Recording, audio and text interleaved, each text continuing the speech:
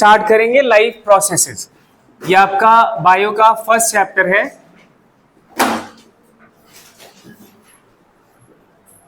तो सबसे पहले आपको यही समझना है what is life process.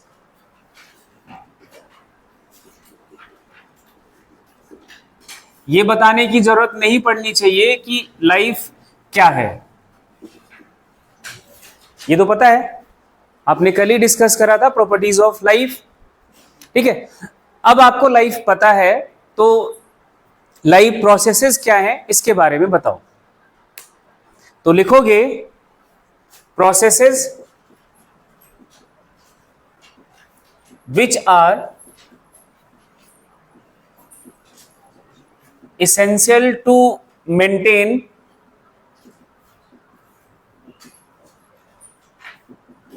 the property of maintain। हाँ लिखो, आप इसके बाद रिपेयर भी लिख सकते हो। मेंटेन एंड रिपेयर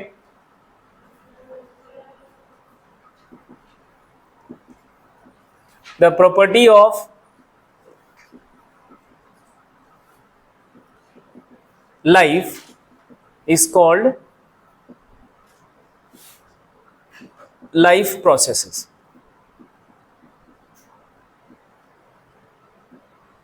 इतनी बात आपको पहले समझनी है। अब ये लाइफ प्रोसेसेस कौन कौन सी हैं? सच एज, कुछ लाइफ प्रोसेसेस के बारे में आप यहां लिखोगे। Such as nutrition, transportation,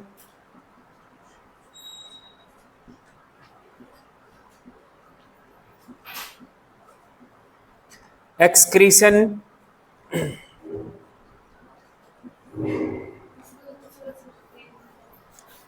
excretion,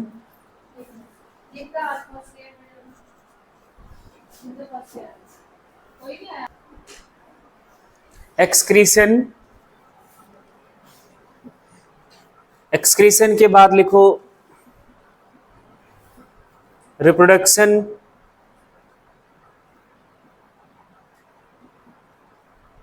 control and coordination, etcetera.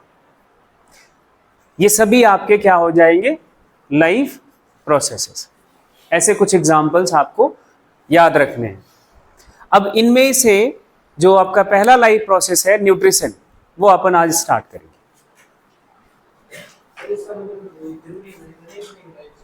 हाँ, अगर किसी भी लेवल का ऑर्गेनाइजेशन है, चाहे वो सेलुलर है या फिर कोई मोस्ट कॉम्प्लेक्स अपने लेवल का ऑर्गेनाइजेशन है ना, मींस ऑर्गन सिस्टम लेवल का ऑर्गेनाइजेशन है, अगर न्यूट्रिशन नहीं होगा तो सप्लाई ऑफ मटेरियल नहीं चलेगा, और सप्लाई ऑफ मटेरियल के बगैर लाइफ को मेंटेन करना, रिपेयर करना छोड़ दो, मेंटेन करना भी पॉसिबल नहीं है। ट्रांसपोर्टेशन, चाहे वो सिंगल सेल हो या फिर most complex body human being की हो, तो उसके लिए भी ट्रांसपोर्टेशन की जरूरत है। जैसे एग्जाम्पल के तौर पर ले लो, हमारा डाइजेस्टिव ट्रैक है, हम इनटेक करते हैं फूड को, फूड से जो भी यूजफुल कंटेंट है फूड का, जिसे हम न्यूट्रिएंट कहते हैं, वो न्यूट्रिएंट हमारा एब्जॉर्ब हो जाता है कहाँ पे?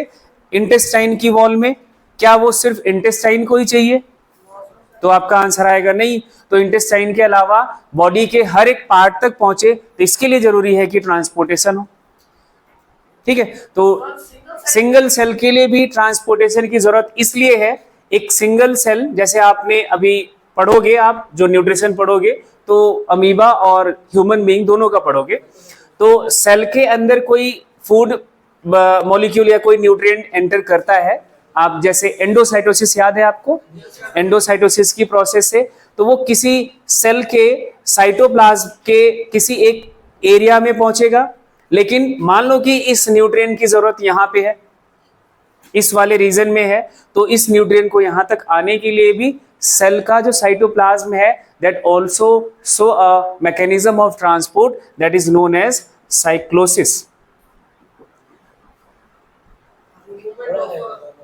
स्ट्रीमिंग मूवमेंट होता है इनके साइटोप्लाज्म का, that is known as cyclosis। तो single cells to most complex organisation जो आपका ऑर्गन सिस्टम का है, हर जगह जरूरत है ट्रांसपोर्टेशन का, ठीक है। एक्सक्रीशन, एक्सक्रीशन क्या है? जो आपका मेटाबॉलिक रिएक्शंस हैं, कल आपने पढ़ा था, लाइफ की प्रॉपर्टी है मेटाबॉलिज्म, बायोकेमिकल चेंजेस चलते हैं, कोई भी बायोकेमिकल चेंज चल रहा होता है उससे कुछ हार्मफुल प्रोडक्ट्स भी बनते हैं, कुछ जो एंड प्रोडक्ट्स हैं जो बॉडी के लिए या सेल के लिए या इवन किसी ऑर्गेनिज्म के लिए हार्मफुल हैं, that harmful products should be removed, और उसको रिमूव करने का जो मैकेनिज्म है दैट इज द एक्सक्रीशन। बात समझ आ गई इतनी?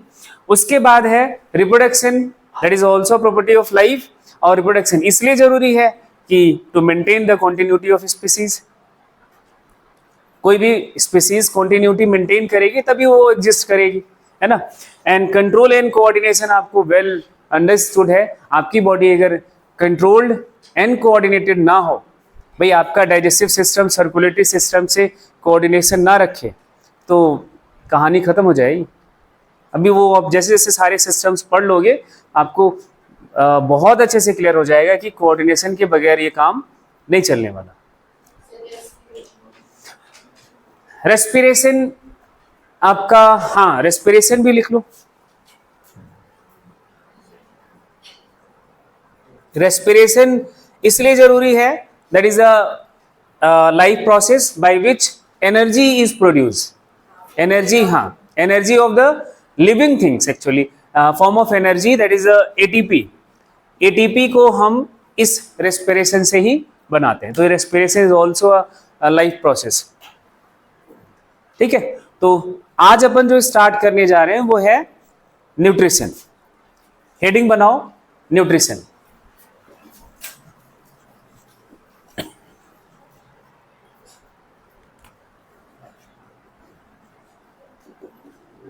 सबसे पहले हमें इस न्यूट्रिशन का मीनिंग समझना होगा। What is nutrition? तो आपका आंसर क्या आएगा? सप्लाई ऑफ फूड नहीं, हाँ supply of nutrients is called nutrition. किसी भी ऑर्गेनिज्म के केस में आप हो, चाहे वो सिंगल सेल हो, कोई मोस्ट कॉम्प्लेक्स ऑर्गेनिज्म हो, उसको सप्लाई करना किसका सप्लाई? न्यूट्रिएंट्स का, दैट इज द न्यूट्रिशन। तो फिर आपके सामने नेक्स्ट एक क्वेश्चन दिमाग में चलना शुरू हो गया होगा, व्हाट इज न्यूट्रिएंट्स? इसका आंसर है किसी के पास?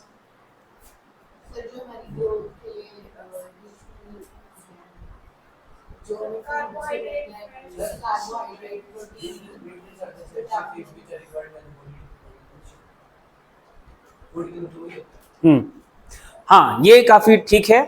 Nutrients are the organic and inorganic molecules which are essential for living things। Essentiality समझ रहे हो कि मीन्स अगर आपको लिविंग थिंग्स की प्रॉपर्टी चाहिए, living things as a living things रहे, तो ये कुछ set of organic and inorganic molecule चाहिए, and that organic and inorganic molecules are termed as nutrients. हाँ न्यूट्रिएंट्स को क्या बोला अपन ने? Organic and inorganic molecules which are essential for the living things, and that organic and inorganic molecules are termed as nutrients। अब वो कौन कौन से न्यूट्रिएंट्स हैं, नाम लिखते हैं। आप बताओ कौन कौन से न्यूट्रिएंट के बारे में आपको पता है?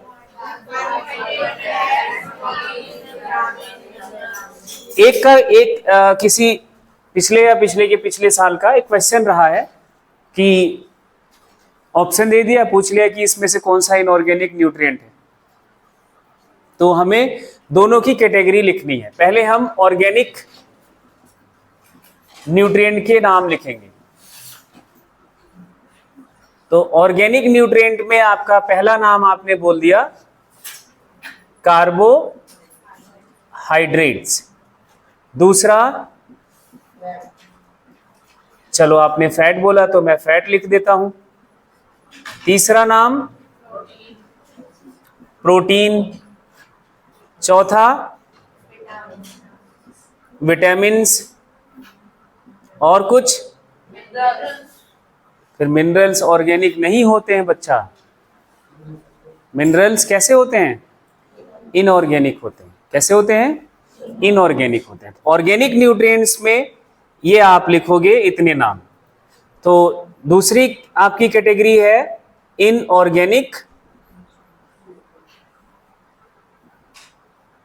न्यूट्रिएंट्स की। तो इनऑर्गेनिक न्यूट्रिएंट्स में सारे जितने भी बॉडी को मिनरल्स की जरूरत है वो आ जाते हैं। मिनरल्स में क्या क्या आपने नाम सुना हुआ है, जैसे बॉडी को चाहिए sodium ion, chloride ion, calcium का आयन भी चाहिए, आयरन भी चाहिए, और क्या चाहिए, जिंक भी चाहिए। ऐसे कई आयन चाहिए होते हैं। ये सारे के सारे आपके मिनरल्स कहे जाते हैं। इनको हम क्या बोलेंगे, मिनरल्स बोलते हैं।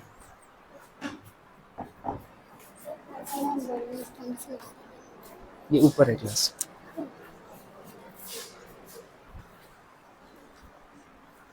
इनको क्या बोलोगे, मिनरल्स। एक और नाम याद रखना है, water, that is also inorganic molecule. ये भी लाइफ को चाहिए, लाइफ की एसेंशियलिटी है वाटर, और बॉडी में सबसे ज्यादा वाटर ही है।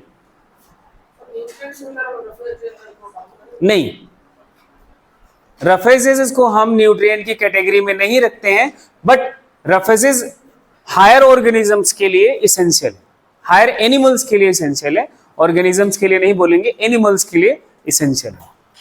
ठीक है। रफेजेस जिसे आप एक और नाम देते हो फाइबर्स। ठीक है, फाइबर्स। अब अपने लिए बात कर लें तो फाइबर्स हमारी बॉडी के लिए क्या क्यों जरूरी है, एज अ क्लीनिंग एजेंट की तरह काम करता है। जैसे ब्रश समझते हो, ब्रश, टूथब्रश आपके दांत को साफ करने के काम आता है, वैसे आपका एलिमेंट्री कैनाल जो है उसकी क्लीनिंग, जो वॉल की क्लीनिंग है, वो रफेजेस करता है, फाइबर्स करते हैं। मतलब आपका digestive system properly long lasting रहे, ये जरूरी है कि आपके डाइट में फाइबर्स हैं तो वो रहेगा, नहीं है तो कुछ टाइम के बाद वो उसमें एबनॉर्मलिटीज आएंगी। बात समझ आ रही? चलो, तो क्या क्या समझ आ गया, न्यूट्रिशन समझ आ गया, न्यूट्रिएंट्स आ गए।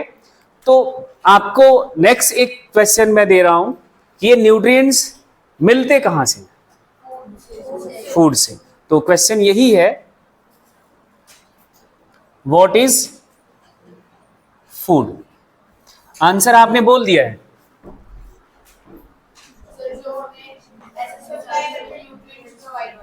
क्या बात, इतने इंटेलिजेंट बच्चे। द सब्सटेंसेस, या आप ये लिख सकते हो, एनीथिंग दैट सप्लाइज न्यूट्रिएंट्स।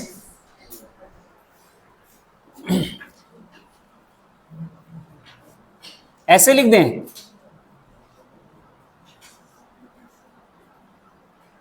ये भी ठीक है, सप्लायर ऑफ न्यूट्रिएंट्स। ये तो हो गया फूड, वही हम खाते हैं, उसके अलावा भी खाते हैं, वही खाते हैं। अब एक और वर्ड है,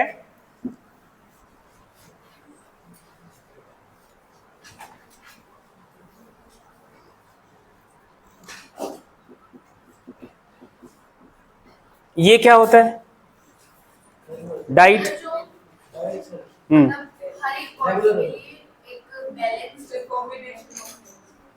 combination of meals.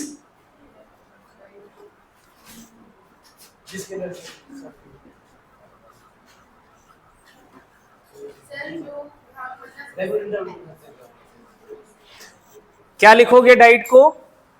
That is the combination of food which we take in our meal. एक टाइम का जो भोजन होता है दैट टर्म्ड एज मील, उसको हम बोलते हैं मील। सुबह आपने क्या करते हो? ब्रेकफास्ट, यही करते हो? लंच करते हो? हाँ, तो वो जो आपका कॉम्बिनेशन ऑफ फूड है, दही के साथ कुछ पराठे खा लेते हैं, है ना, वो कॉम्बिनेशन हुआ। या फिर जो भी आप खाते हो एज अ डिनर आप ले लो, डिनर में सिर्फ एक फूड आइटम होता है, दाल के साथ चावल हो सकता है, सब्जी, रोटी और बहुत सारी कुछ चीजें हो सकती है। तो वो सब जो कॉम्बिनेशन है वो आपका क्या कहा जाएगा? डाइट कहा जाएगा। Combination of food which we take in a मील।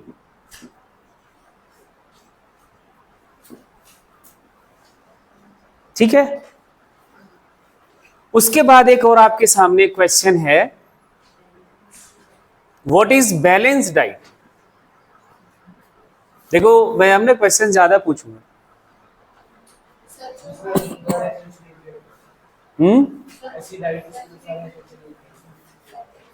हाँ, रिक्वायर्ड प्रोपोर्शन, रिक्वायर्ड अमाउंट,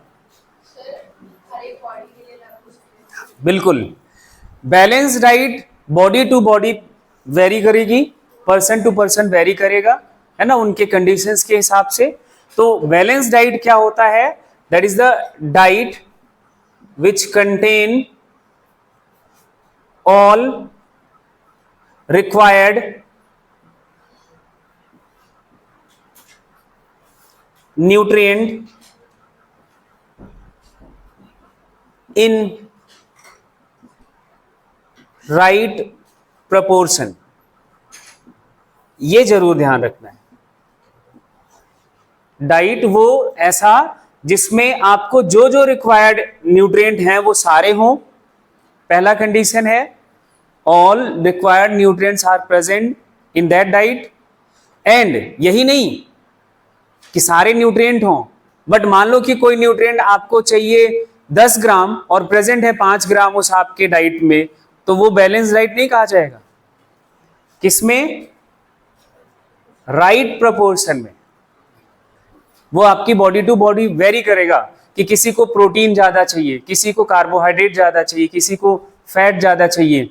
वो बॉडी टू बॉडी वेरी करता है आपके प्रोफेशन के हिसाब से, काम के हिसाब से। जैसे आप अभी बहुत ज्यादा एक्टिव मोड में हो, आपका ग्रोथ फेज चल रहा है और फिजिकली काफी एक्टिव होते हो, तो आपका डाइट जो है वो बहुत ज्यादा हमारे कंपैरिजन में काफी बहुत कुछ अच्छा होना चाहिए।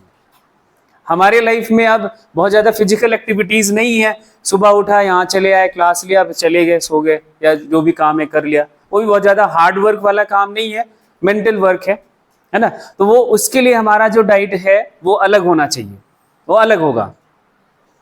ठीक है, तो डाइट लेना अच्छी बात नहीं है। क्या अच्छी बात है? बैलेंस डाइट लेना। और वो बैलेंस डाइट आपका क्या होगा ये डिसाइड करेगा कौन? ये डिसाइड करेगा डाइटिशियन। एक ये डॉक्टर का प्रोफेशन होता है, डाइटिशियन। हाँ, जिम वाला नहीं डिसाइड करेगा। जिम वाला जो डिसाइड करता है वो गलत है। वो वही डिसाइड करता है जिससे बॉडी में बिल्डिंग मटेरियल बहुत ज्यादा हो, जैसे प्रोटीन सप्लायर्स को वो ऐड कराता है आपकी बॉडी में। वो मिनरल्स का नहीं ध्यान देगा, है ना, फाइबर्स का नहीं ध्यान देगा उसको। तो आपको इस पर्पस ही था कि आप वहां गए थे बिल्डिंग करने, वो बिल्डिंग मटेरियल ऐड कराएगा, खूब ढेर सारा कहेगा ये खाओ प्रोटीन वाला, अंडा खाओ, वो कुछ पाउडर दे देगा, दाल खाओ, है ना, पनीर खाओ, ये सारी चीजें वो कहेगा कि भाई खाओ। और आप खाना शुरू कर दे तो लगता है कि मनी वो हमारा बड़ा ध्यान दे रहा है। किसी को कभी एडमिट करते हुए देखा हॉस्पिटल में, उसके साथ गए हो एज अ अटेंडेंट? मैं तो सोचा कि मैं ही बीमार हो जाऊं, छोड़ो इसको ठीक करके ले जाओ, मैं बीमार हूं, एडमिट करो मुझे। लेकिन फिर वो बाद में जब बिल बनाते हैं ना, वो दर्द देता है बहुत गंदा वाला। चलो, तो आपको अभी क्या करना है, डाइट बस उठा के ठूसने की जरूरत नहीं है, कुछ भी मिल रहा है वो ठूसने की जरूरत नहीं है। करना क्या है, बैलेंस डाइट। एक्चुअली हम अपने थोड़ा सा पुराने कल्चर में जाएं, जो इंडियन कल्चर है फूड का, तो हमारा जो खाने का तरीका था ना, जो पहले के खाने का तरीका, सुबह ये खाएंगे शाम को, वो मम्मियाँ डिसाइड करती थी कि ये सब बनेगा और खा लेते थे, सब खाते थे, तो बैलेंस डाइट का कॉम्पोजिशन होता था। आज तो पूरी तरह से बर्बाद है। सबसे ज्यादा आपके खाने में डिस्टोर्शन का काम कर रहा है फैट। ऐसा कोई खाना ही नहीं है जिसमें फैट ना ऐड हो रहा। ब्रेड खाना है तो मक्खन लगा लो, है वो भर गया। वो आपका वो आ गया जब से फास्ट फूड वाला कल्चर, तब से तो और बर्बाद कर दिया। तो सबसे ज्यादा डिस्टर्ब हुआ है, तो वो आपका डिस्टर्ब हुआ ये। इसलिए पढ़ना जरूरी, पढ़ना ही नहीं जरूरी है, इसको इंप्लीमेंट करना जरूरी है। अब देखते हैं कौन कौन अपने जीवन में इंप्लीमेंट करता है। डाइट पे ध्यान नहीं दो, कम खाओ कोई बात नहीं, लेकिन अच्छा खाओ, ठीक है। चलो, तो न्यूट्रिशन समझ आ गया, न्यूट्रिएंट समझ आ गए, डाइट और बैलेंस डाइट में क्या क्या फर्क है ये समझ आ गया।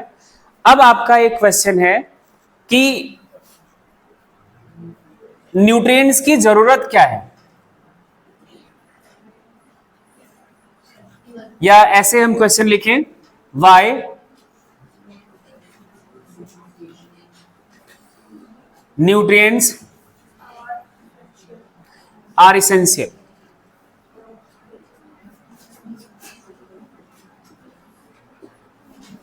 इसका आंसर करो भाई। चलो एक एक बात लिखते हैं।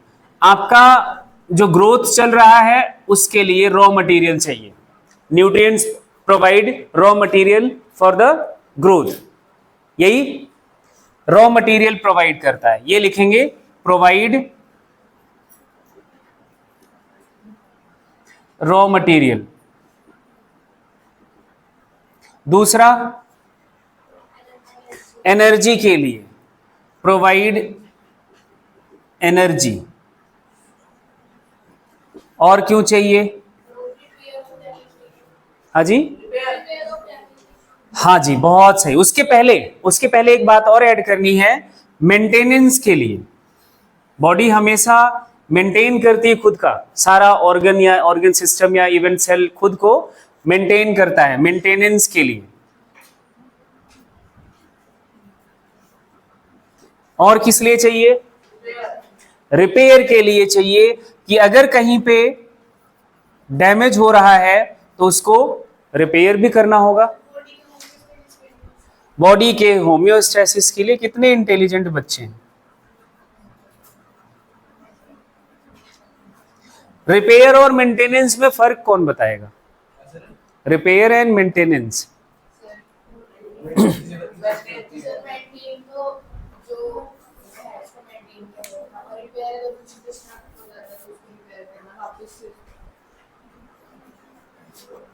प्रॉपर फंक्शनिंग के लिए जो जरूरत है, that should be supply, that is a maintenance, ठीक है। प्रॉपर फंक्शनिंग के लिए जो आपकी जरूरत है वो मेंटेनेंस होएगा। अगर कहीं पे डैमेज होता है, कोई पार्ट उसका टूट गया, फूट गया, तो उसको रिप्लेस करना, दैट इज अ रिपेयर। गाड़ी का मेंटेनेंस करवाते हैं कि रिपेयर करवाते हैं, दोनों भी करवाना पड़ता है। पहले तो सर्विस इज द मेंटेनेंस, वो नाम अलग दे दिया गया है। तो हम रेगुलर जो रूटीन पे करवाना होता है, दैट इज अ मेंटेनेंस, कि वो गाड़ी ढंग से काम करती रहे। तो उसमें जो लुब्रिकेशन चाहिए, लुब्रिकेंट चाहिए, वो चेंज करवाते हैं, फिल्टर विल्टर को चेंज करवा देते हैं, यही होता है, वो मेंटेनेंस का पार्ट है। लेकिन मैमिस ले गया कहीं, वो पोल में ठोक दिया और आगे वाली लाइट उड़ गई, फिर क्या चाहिए, रिपेयर चाहिए। जो जो पार्ट टूटे नया चाहिए। शुभम को ही ले जाके ठोक देते हैं। होम्योस्टेसिस का मतलब होता है, लिख लो, टू मेंटेन